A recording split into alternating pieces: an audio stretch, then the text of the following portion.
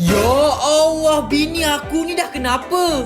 Sampai ada yang botak lah, ada yang gigi rongak lah, ada yang kotor lah, ada yang serabai lah.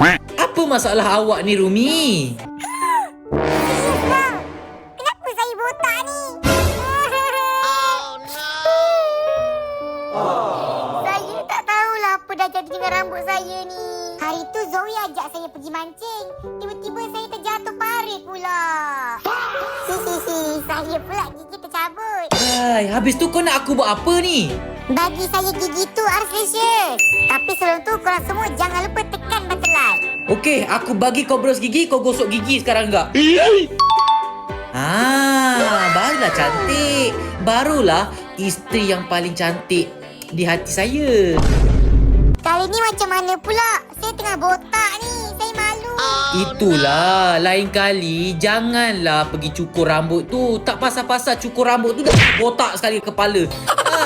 Tak apa, jangan risau. Nanti saya fikir macam mana nak tumbuhkan balik rambut awak ni. Tapi sekarang awak pakai dulu wig ni. Barulah cantik pakai wig. Rambut saya ni macam mana pula Arslicious?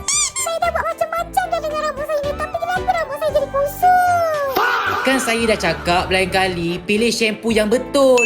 Kalau tak pilih shampoo yang betul, tengok apa dah jadi dengan rambut awak ni, Rumi. Serabai, tak terurus. Macam orang gelandangan kat tepi jalan tu . Okey Rumi, saya ada satu produk ni, shampoo ni, awak pakai shampoo ni, auto cantik balik. Wah, betul lah. Rambut saya dah tak kusut lagi. Korang semua, jangan lupa bantu subscribe ya. Bantu Arslicious guys. Terima kasih Abang Arslicious. Dah lah handsome. Comel. Alah Rumi ni pun duk puji-puji aku. Aku ni jadi malu lah kalau ada orang puji-puji ni. Apa kau ni Rumi? Kau mandi ke tak mandi? Tak ada. Pergi mandi sekarang. Barulah cantik kalau mandi. Barulah isteri yang solehah. Kan cantik.